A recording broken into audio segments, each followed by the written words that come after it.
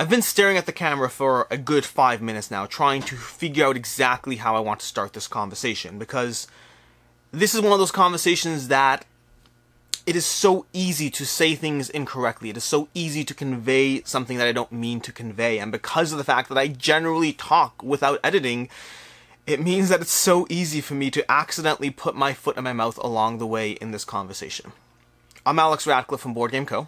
Most of you already know me, and some of you don't. But either way, this video, I don't know exactly what the title is, but the title is something along the lines of, should The Witcher Old World have female Witchers? Something along those lines. I'll figure out the title later. See, the title's easier to figure out because that I can edit to my heart's content. It's the words coming out of my mouth that I need to be far, far more careful of.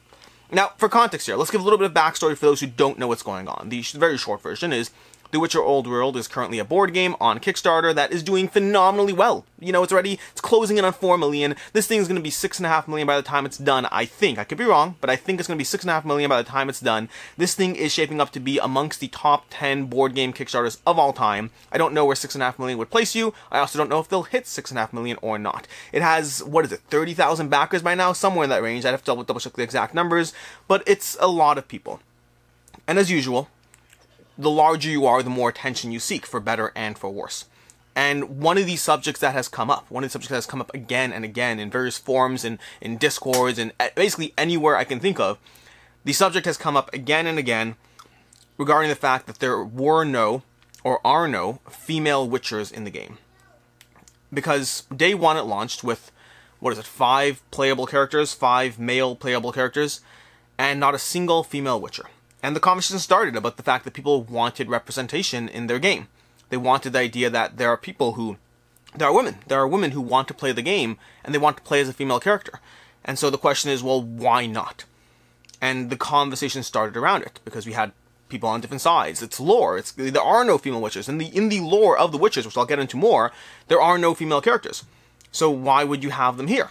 And other people saying, who cares, in your fantasy land with your fantasy spells and your fantasy monsters, you can come up with a female Witcher, it's not that crazy. And the conversation escalates and continues going, and becomes more and more in-depth and goes back and forth. I just want to give you the general overview before I dive into it. Now, this conversation today is not about that specifically. It's triggered by that, absolutely. But it's applicable to any time this type of conversation comes up. Any time there's a conversation about representation in games, or arguably the way I'm approaching this topic applies to any disagreement. It applies to any aspect of people wanting different things from the games they play.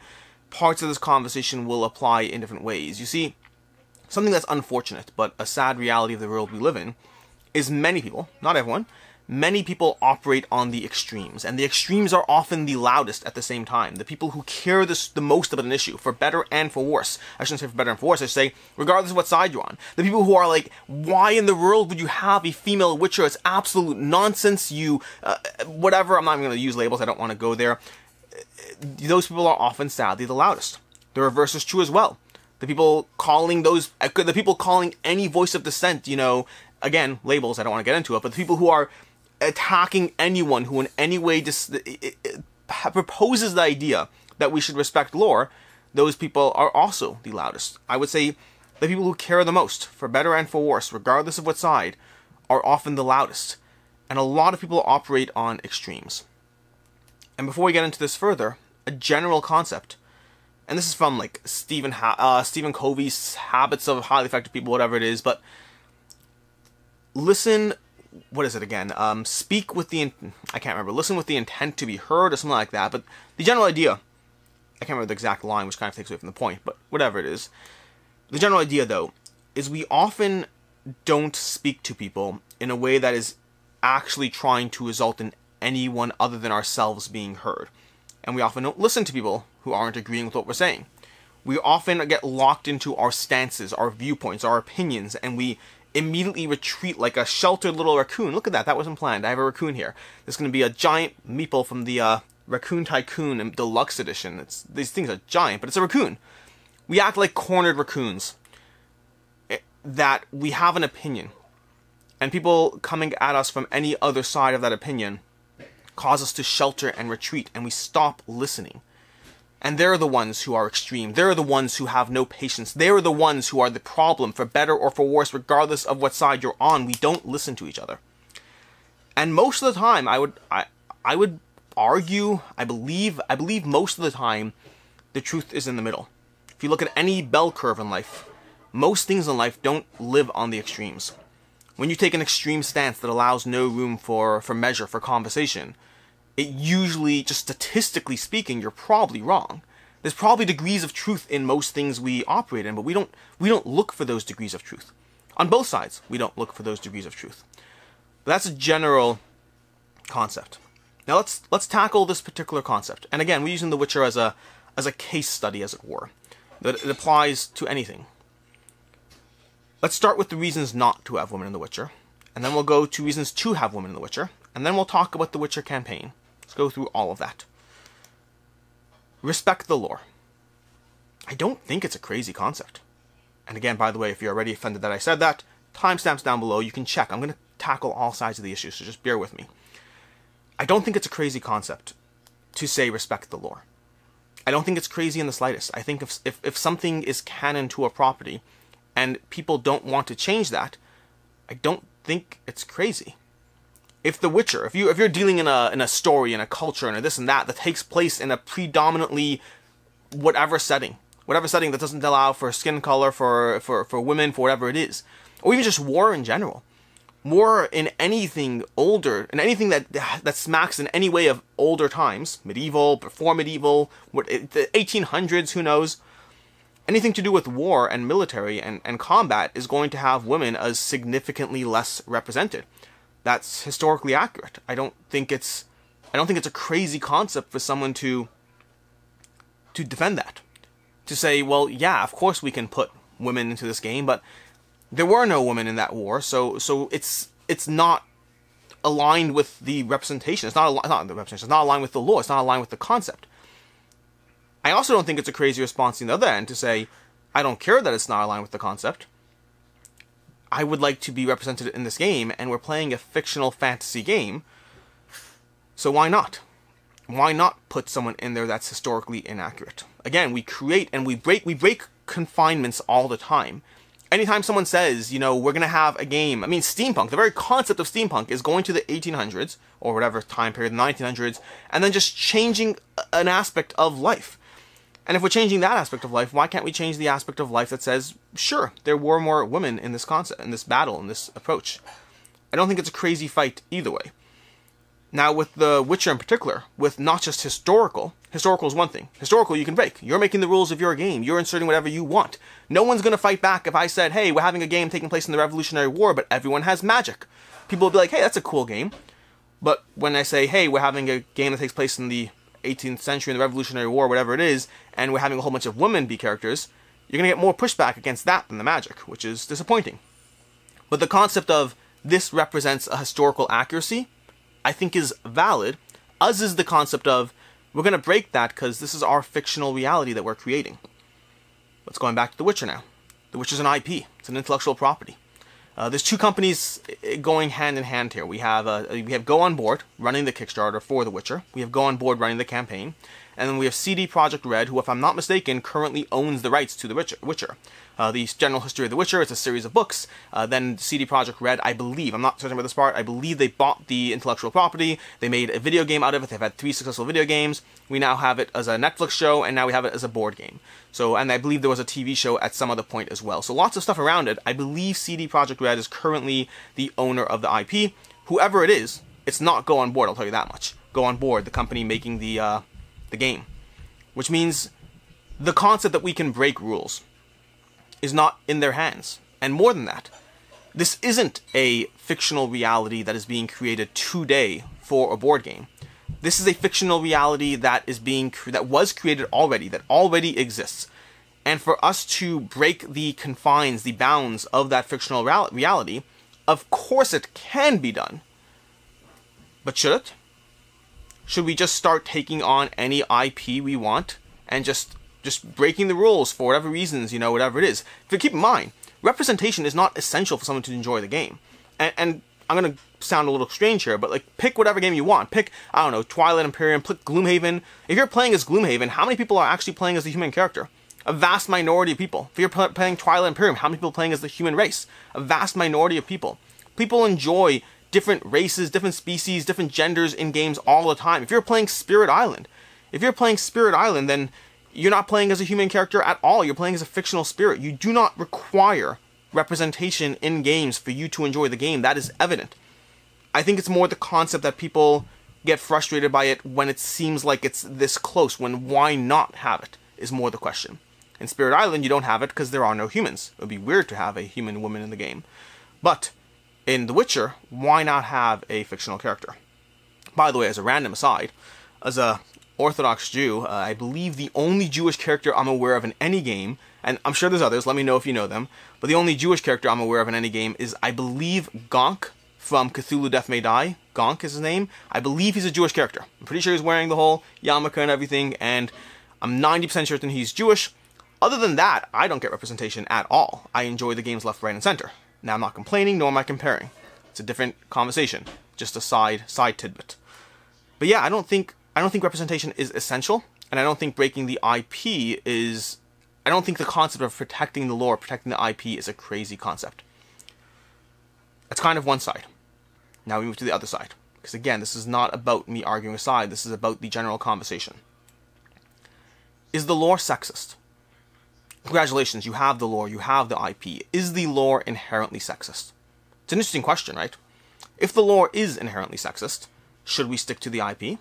Should you stick to something that is sexist with the argument and the excuse that, well, it was sexist and it's gotten by until now, so it's okay? I don't know if the lore is sexist. It's an interesting conversation, right? There's many interesting conversations about The Witcher. So for context, the reason there are no female Witchers in The Witcher, let's give a little bit of background to the IP, is that the Witchers are effectively these humans that take a test, they train, they learn to fight monsters, and then at some point they take a test, the Trial of Grasses or something. And keep in mind, I'm not an expert on the lore. I'm generally familiar with it, but I'm not an expert at it. They take the Trial of Grasses, and I think like a small portion of men survive that trial. I'm not sure if they drink something or they go through a process, but a small portion of men survive it, meaning most men die in that process. And every woman who has ever tried it has died. And that is why we have no female Witchers. Because Witchers are humans that have trained and then undergone this trial to be further developed in their skill set, their abilities, cast signs, all that stuff, superhuman strength, whatever you want to call. But no females have survived that process. Now, again, this goes back to the nature of extremes and that bell curve, right? So, is the lore inherently sexist? I don't know if we can answer that, or at least I can't with what I know about the lore. Maybe you know more than I do. And I don't mean that sarcastically, I mean genuinely, maybe you know more than I do. But let's give an example here. Let's pretend for a second that the Trial of Grasses is about physical strength or whatnot. Then I would argue we should have a female Witcher, right? You ever watch Game of Thrones? You know Brienne of Tarth? People are always on a curve. Sure, on average, men have a higher muscle mass, physical size than women. That's on average. In those two curves, you'll have overlap of the extremes. You will have women that have a higher physical representation than men. So, across the board, the idea that if it's about physicalness, if that trial is about the physical strength or the physical capacity, then ignoring for a second the fact that the Trial of Grasses happens when they're children, which means those gaps should be even smaller then. If it's purely about the physicality, then we should still see female Witchers, just less often than male Witchers. If 3 out of 10 males survive the trials, maybe 1 out of 20 females survive the trials. There should be some overlap. What if it's not about gender? What if it's not about physicalness? What if it's about something chemical or whatnot? Meaning, I do believe men and women are different. They have, factually speaking, they have different chemical makeups. So, if it's something to do with chemicals, that's a different conversation. I don't know. I don't know if the original IP is sexist in nature or not.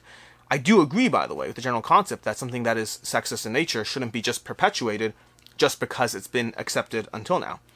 But I don't know enough to call the lore inherently sexist in the fact that there are no female Witchers. But my argument's not going to be about that. My argument's going to be a little different, and it's going to rely on Ciri a bit.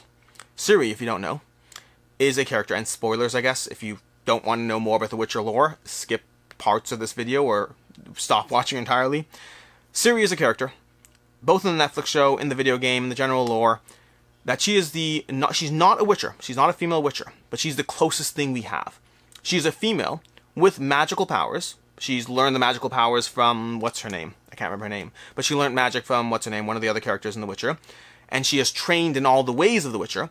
And she's already coming in with her own backstory and bloodline and mystical powers and whatnot that gives her a different degree of strength. She has not taken or passed the Trial of Grasses, but in every other sense she is treated as a female witcher. She goes on their journeys, she fights their monsters. For all practical purposes, she could be a female witcher. Which means we have a lore that is giving us room to play with. And that brings us to the counter-argument here. I think respect the lore. I think the fact that we can't break the lore, we can't break the IP. I don't think it's a crazy conversation. I don't think it's a crazy talking point. I don't think people who say that are inherently sexist or out to get you. But the flip side of that question is if we can do something, if we can make someone feel more included, if there are people who would rather play as, speaking of Death May Die, if there are people who'd rather play as a female character, and you can do so in a way that doesn't take away from what you're doing, shouldn't we do so? Shouldn't we strive to make people feel included in some way, shape, or form? And The Witcher, with Ciri, and the concept of a female who is hand in hand with the Witchers, they've given us room in the past to play with. Would it be the craziest thing to introduce a female character? You don't even have to call her a witcher. If they've never been a female witcher, fine. But would it be the craziest thing to introduce a female character, a Ciri, so to speak? Keep in mind this takes place 500 years before Ciri, so the whole thing takes place way before. But like, have you ever read Star Wars? Or have you ever been involved in the Star Wars universe and the amount of lore surrounding it? The Star Wars universe, it constantly has things that are one way here, but then you go back in the past and you see it happen in the past. The idea that you can introduce, oh, Ciri's not the first female person with powers to be traveling and fighting alongside witchers. The idea that there's someone else out there, lost in time, that we don't know about. It's not a crazy thing. I don't think it breaks the lore. I don't think it takes away from the lore. We're not talking about something that feels out of place. If Ciri has done it and no one had a problem with it, then the idea, the concept of doing it 500 years earlier, and just no one really knew about it, it's not recorded in history, it's not whatever, I don't think that's a crazy concept here. Which means, from my stance, from my side of things, I think we have a reasonable argument about the IP, and I think we have a reasonable counter-argument about you can fit female representation into the IP in a way that doesn't actually break canon or hurt things or take away from the experience. So why wouldn't you have a female Witcher? Why wouldn't you try to make people feel included? Again, I think there's reasonable arguments on both sides, but it's a question of listening to a degree. Now let's take the actual situation at hand, because the actual situation at hand is interesting in its own way. We have a different timeline to go through. The Witcher is an IP-restricted property, which again, remember, this is the most important thing I can say this again and again and again. All these decisions are out of Go On Board's hands. The best they can do is take your requests, your opinions, your feedback. The best they can do is take it back to the IP holder and ask them to accommodate those requests. Past that, their only other option is bowing out of the project entirely, which there might be people who think they should do that. I think that would be an extreme stance to take on the issue, and unrealistic, and I wouldn't expect anyone to do that. So keep in mind, this is nothing to do with Go On Board, this is to do with the IP in general. That's one. But they anticipated this to a degree, or anticipated might be the wrong word. To allow for inclusion, to allow for representation, they introduced the concept of mages. They said, hey, we want female playable characters in our game, so we're going to give mages as an expansion. Mages are going to be something you can do to play as a female character. It's not witchers, but hey, the witchers are lore, they're all male, and we want to introduce female characters, so we're going to give you mages that you can play with. There's two problems with that, two potential problems or counters. The first is that might be good for some people. Others still want to be witchers. I'm not here to argue the pros and cons of why someone wants something different, but I don't think it's the craziest concept. Again, if somebody wants to be a witcher to feel like they could really enjoy fully the game as opposed to getting some side class that they could only be the side class that they want to feel represented, we have the room, the capacity to give them the witcher, hypothetically. The second aspect, which is a reasonable complaint again, would be congratulations. What is it called again? The pink tax. The idea that female products often get charged more than male products. So we have a game, and then if you want to play as a female character, you have to buy the game plus the expansion.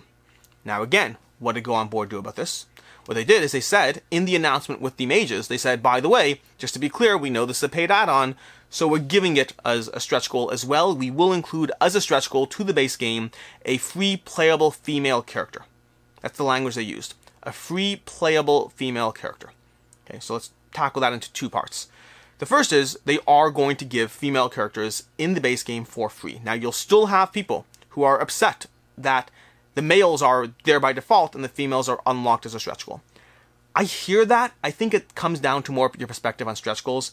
I don't think there's a chance that we're not getting this free playable female character. So the fact that it was a stretch goal combined with the IP, combined with the lore, combined with all those things, I think at a certain point there's a balance between being frustrated with the situation versus understanding that it's not as simple as just saying, hey, we didn't have female characters in our game. There is an IP here. There is a reason to not have it.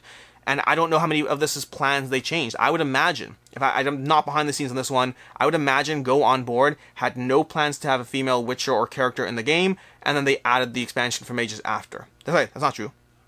I imagine the mages were there either way. I think it's the stretch goal. The stretch goal that was free, I think, was likely there, put in after because of the hubbub around things. The second thing I want to focus on is the wording there. It's going to be a free playable female character. Now, I don't know who that character is, but I can tell you it's not going to be a mage. Why can I tell you that? Because the mage requires its own deck of cards, and you'd have to buy the expansion to get that deck of cards, which means whatever free playable female character there is in the game is something that is playable with the stuff that you have in the base game alone.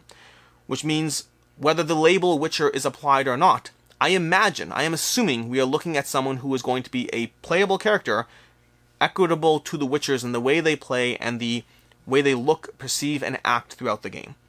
Otherwise known as a Ciri, a character in the game who basically, for all intents and purposes, is a Witcher. This is my assumption. This is not fact or knowledge, anything like that. All assumption-based. So, again, IP, mages were an optional buy. They gave you a stretch goal. It might not be enough for what you're looking for. And I understand that. But also for someone who's working with an IP that historically has no female characters past the one that was introduced as a side character and whatever, I think it's a pretty decent meeting ground of the way Go On Board has handled the situation, the way Go On Board has managed to mostly hold on to the concept, the lore of the IP, while allowing for female characters up to and potentially including a Witcher-adjacent character as well. Whether or not that's your desired outcome, whichever side of the fence you're on, whether you're someone who doesn't want any females in your Witcher IP, whether you're someone who wants equal representation in the Witcher game for you to be happy, whatever your goals are in that, this conversation isn't about the goals. It's about the conversation. It's about the general idea that so many people operate on the extremes. So many people operate not with the intent of reaching common ground, but with the intent of telling you why I feel the way I do, and your voice doesn't or shouldn't matter in this conversation.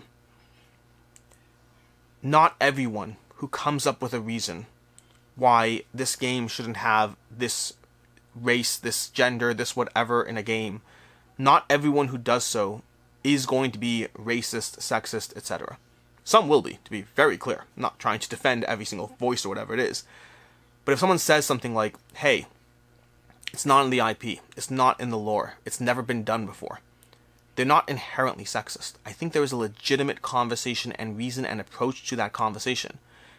And so if you don't like what they said, I would recommend trying to talk to them and not at them. Try to welcome them into your camp, so to speak, and have a conversation around that concept. And the reverse is true as well. When you are someone who feels that representation is out of place in a game when it's suggested, the reverse is true as well. Don't just look immediately for the reasons why it can't be done. Ask yourself if you've looked for the reasons why it can be done. I'm not saying you end up there, but have you tried examining it from a stance of, well, is it that crazy? Is it that big a deal? Does it actually matter? Does it detract from the enjoyment, the IP, the whatever? If we spend all our time stuck on our side of the fence without looking at it from the other person's point of view, I don't think you make progress. In life in general, this is what I'm talking about, the conversation extrapolates to anything really. In life in general, the way to change minds isn't to continuously shout at people why they're wrong. You don't change minds there. they end up as a raccoon, shoved into the little corner, just defending the way they look at the world. You want to start by understanding where someone comes from. Genuinely understanding, not just like words, but thinking through their viewpoint. Oh, I totally get why you'd be concerned about the IP. I totally understand that. That makes sense. They've never been a female character. And then you hitch their train of thought to your train and start pulling it the other direction. If you don't understand where the person's coming from, they won't listen to you, because why should they? You don't understand where they're coming from. That goes both ways. Same, again, both sides of the conversation. Start by understanding the other side. Show the other person that you understand their point of view. Genuinely, that you understand their point of view. And then move to your point of view. Then bring them. Apply to any conversation about any topic. I can understand and see why you feel this way about X, Y, and Z because of these and these reasons. That makes sense to me. Can I explain to you why I feel the way about those reasons differently despite your good points? People listen a lot more when conversations start off that way. That's basically it. Should The Witcher have female playable characters? I mean, first of all, they do. So they've answered that. Should it have Witchers? I think it has Witcher adjacent. I don't know. Conjecture. Either way, it's out of Go On Board's hands. They are doing what they can, and I think they're doing a solid job. The campaign, I'm ridiculously excited about the Witcher campaign to begin with. By the way, the shirt is from T-Turtle. I don't get paid for it. I just like this shirt. But I'm excited for the campaign. I'm excited for the game. I'm happy to see that they've added female characters and both paid optional add-ons as well as a stretch goal in the campaign. I understand people who would want more. Completely understand it. Yeah, I'm not making decisions here. This is just about the conversation about understanding other people's points of views and talking to them around that. That's been your video of the day. There will be a full update video on The Witcher and the campaign that does not talk about this stuff, but is focusing far more on, well, all the things they've added, the stretch goals, the optional buys, all the stuff. There will be a full update video, I believe, on Wednesday, but in case that changes, keep your eyes peeled for that. Until next time, I'm Alex Radcliffe from Board Game Co. Thank you for being here, and as always, have a good one.